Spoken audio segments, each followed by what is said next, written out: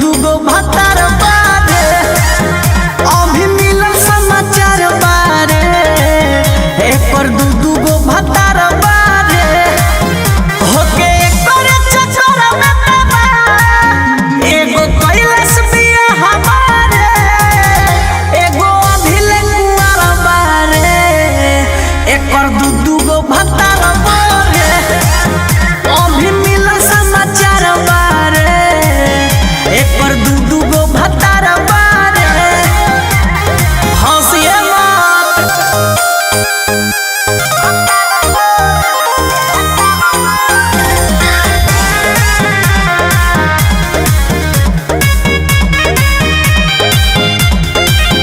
जनी करे एकर पीछा कोनो पूरी नहीं छई त जरिए के ही अदुनमा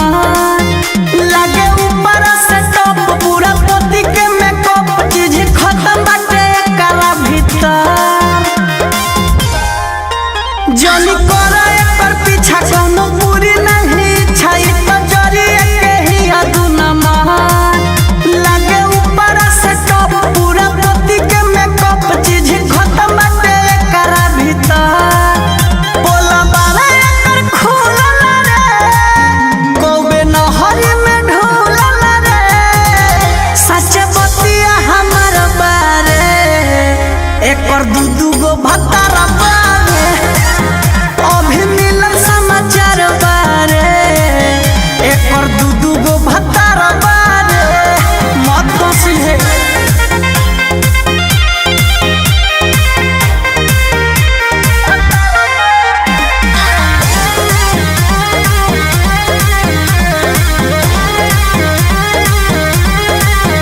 बेनी कनावा में बाली को के ओठावा में लाली रोज मिले जाले घरावा से दूर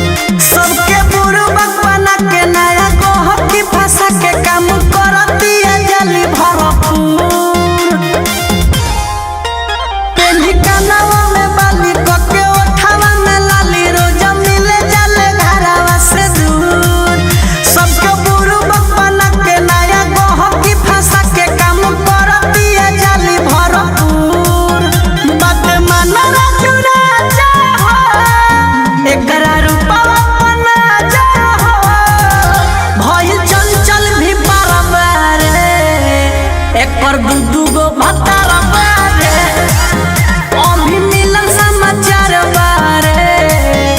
एकर दू गो भतार बारे रोज बदलती है।